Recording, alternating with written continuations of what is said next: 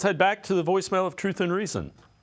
Hey guys, what a game. It's a great win. Typical Myles Garrett MVP play and defense when it mattered most. I got to give some kudos to Deshaun Watson, the second half play. Darius Smith had the best game I've seen him play. Jerome Ford gave it all. He's the tank. And Stefanski showing fire and emotion on the sideline. The Browns are finally learning what it takes to win, playing every second of every down hard. And we got the skill players to make up for mistakes when they do make them. Browns were the bullies in the Ravens' house. Go Browns! Woo, woo, woo.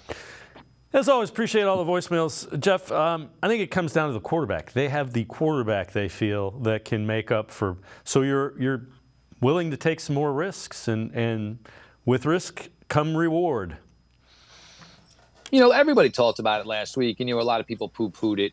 The whole point of Deshaun Watson is when you get in games with some of the best teams in the AFC or the NFL overall, you want a quarterback that can play on the magnitude of the guy across from him. Lamar Jackson is one of those guys.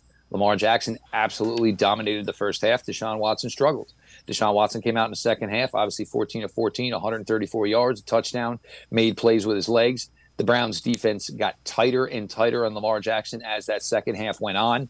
There were times where, Jim Schwartz wasn't even rushing defensive tackles. He put all his edges out there, trying to get as much athleticism on the field as possible, understanding that they're still not going to match athleticism with Lamar Jackson, but anything he could to make Lamar Jackson be forced, to pick up his pace, so to speak, and it certainly paid dividends. They held Lamar to one completion in the fourth quarter, got a lot of hits on Lamar Jackson late in the game when it mattered.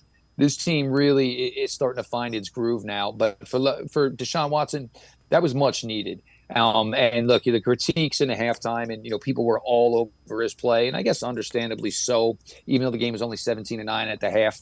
He came out in the second half, played, basically flawless. And, now you start turning your eyes towards yet another big division game, this Sunday coming up.